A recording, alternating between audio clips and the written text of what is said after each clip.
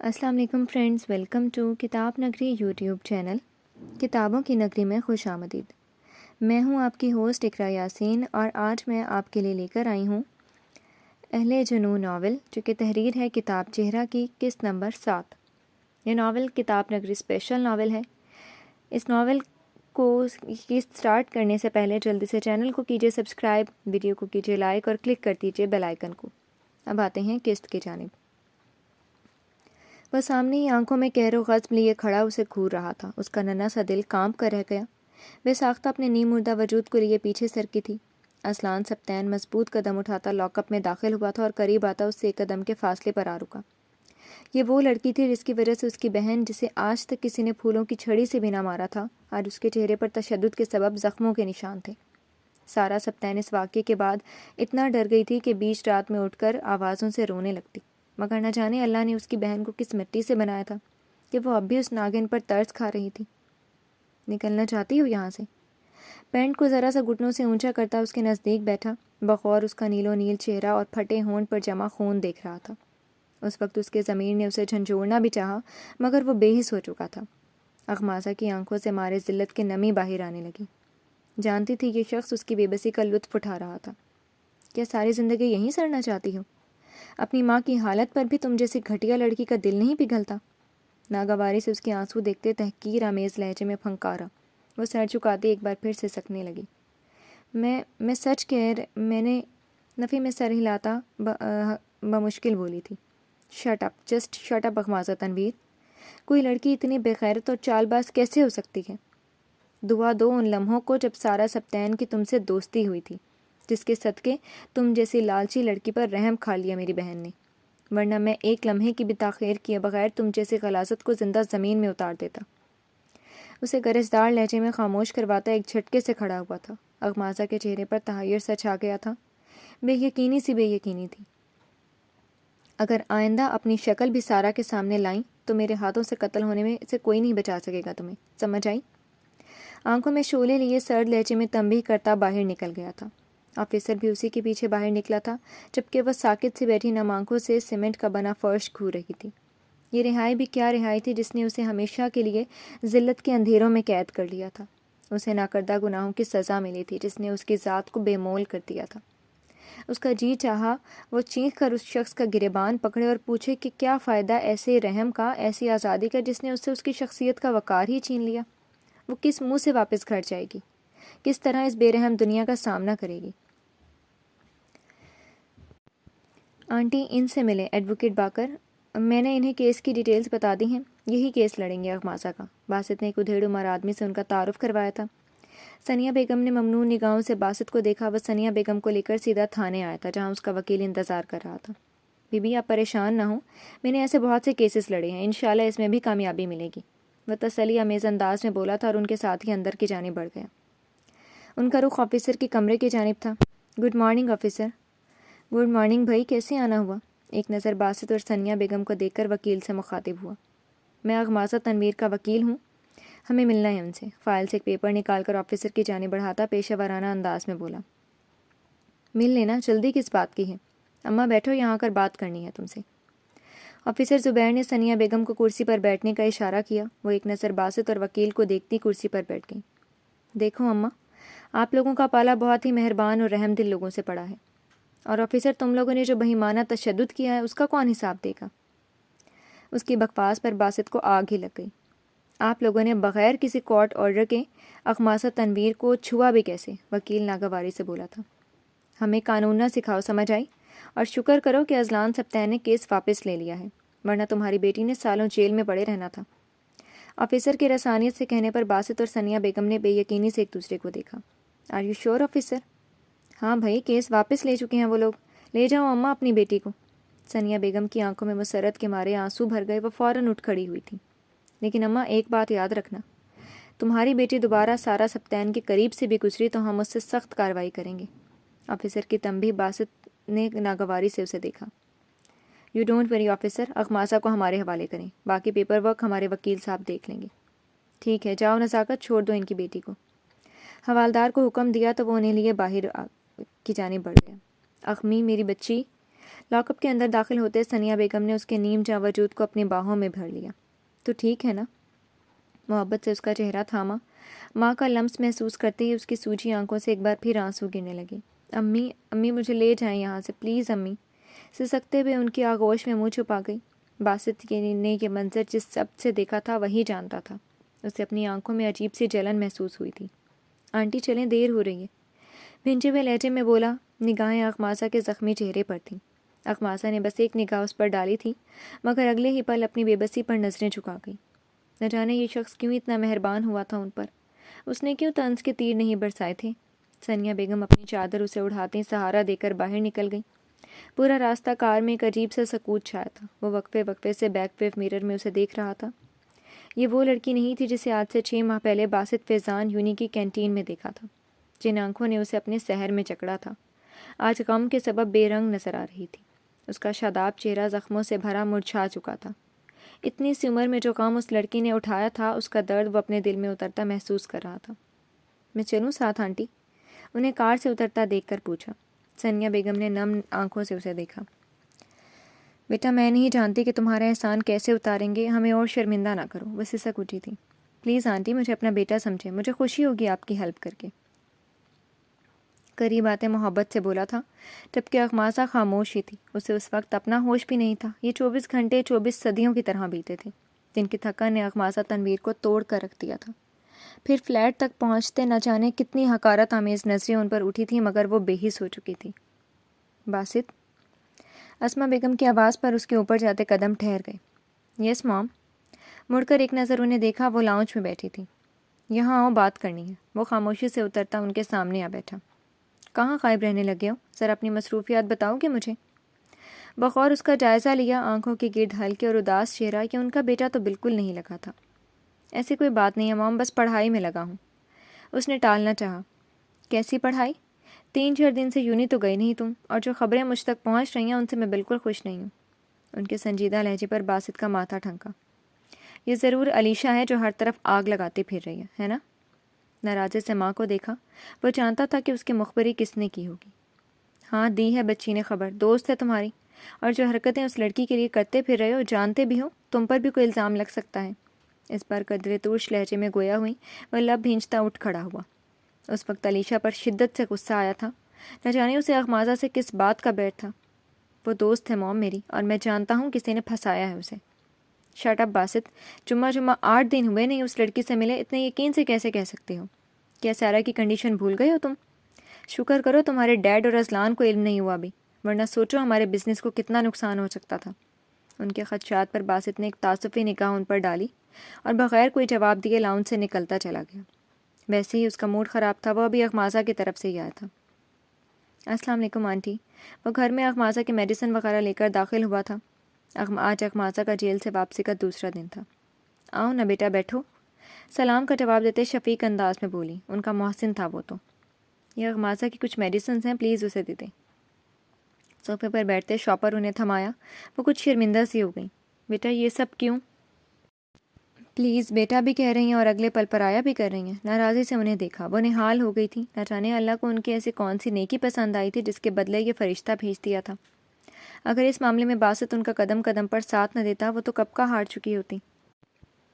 اچھا تم رکو، میں چائے لاتی ہوں۔ شاپر ٹیبل پر رکھتی کچن کی جانب بڑھ گئی۔ اخماسا اسے اب تک نظر نہیں آئی تھی، شاید وہ اندر کمرے میں تھی، اور اسی پل گرین پھولدار سادہ سے لباس میں ملبوس نماز کے لیے دوپٹہ باندھے کمرے سے برآمد ہوئی۔ باسط کی نگاہ ایک پل کے لیے اس پر ٹھہر سی گئی۔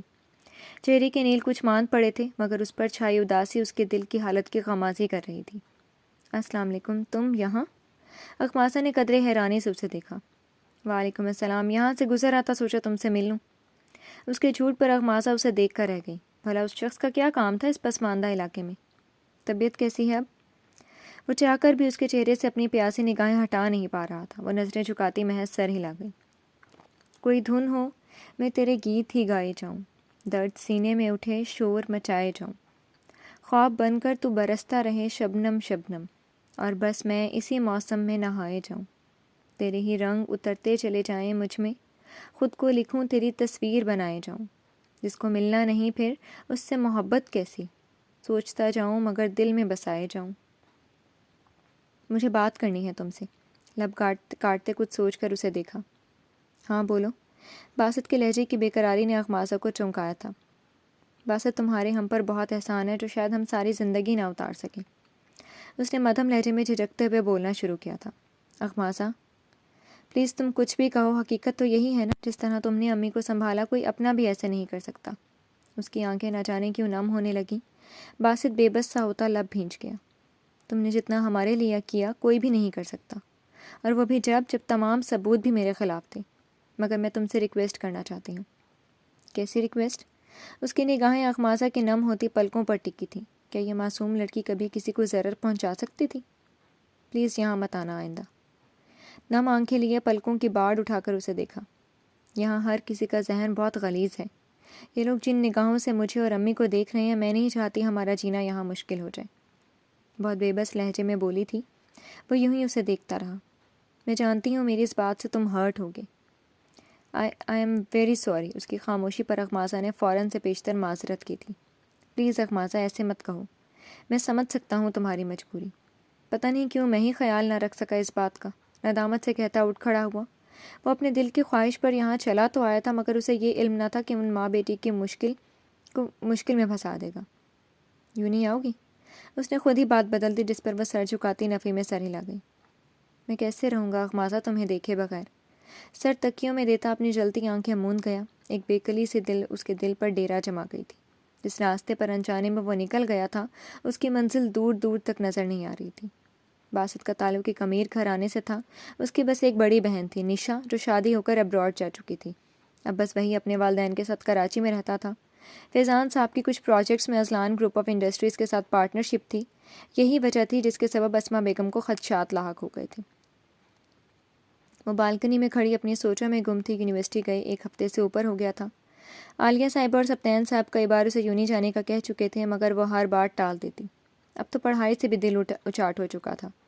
علیشہ اکثر آ جاتی تھی، مگر باسط سے اس کی اب تک بات نہ ہوئی تھی۔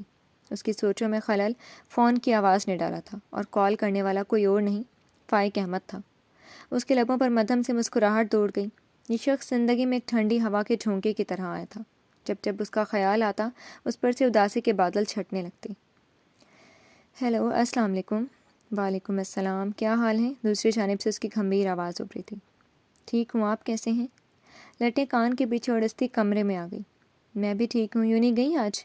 اس کے سوال پر وہ ہونٹ کاٹ کر رہ گئی۔ وہ 2 دن سے اسے یونی جانے کا کہہ رہا تھا، اور وہ ہر بار ٹال جاتی تھی۔ کچھ پوچھ رہا ہوں سارا۔ اس کی سنجیدہ آواز پر سارا روحانسی ہو گئی۔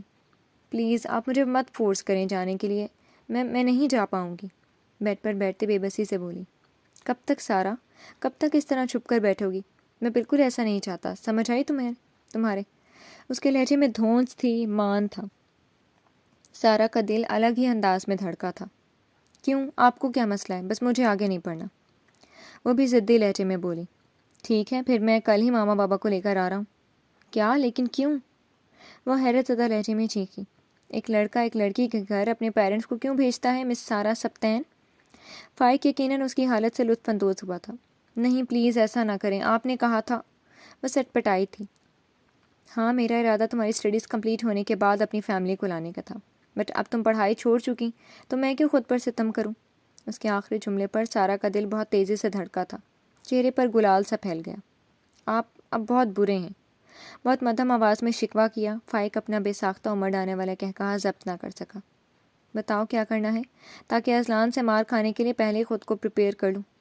لہجہ سراسر شرارتی تھا۔ سارا کی ہتھیلیاں بھیگنے لگیں۔ میں یوں نہیں جاؤں گی کل سے، ویسے ہی لاس ہو چکا ہے بہت۔ وہ فی الحال اس سب کے لیے بالکل تیار نہ تھی۔ ویسے چھوڑو یار، کیا پڑھائی، یہاں آ کر کمپلیٹ کر لینا، ہمارا لود لہجے میں بولا۔ سارا کے ہاتھ سے موبائل چھٹتے چھٹتے بچا۔ ماما بلا رہی ہیں، میں جا رہی ہوں۔ اس کی ایک بھی نہ سنے بغیر کال کٹ کرتی دل کی دھڑکنوں کو قابو کرنے لگی۔ اس پل نہ جانے کہ وہ خود سے بھی حیا آئی تھی، کھلکھلاتی ہوئی منہ تکیوں میں چھپا گئی۔ یہ جگہ اہل جنوں اب نہیں رہنے والی، فرصت عشق میسر کہاں پہلے والی۔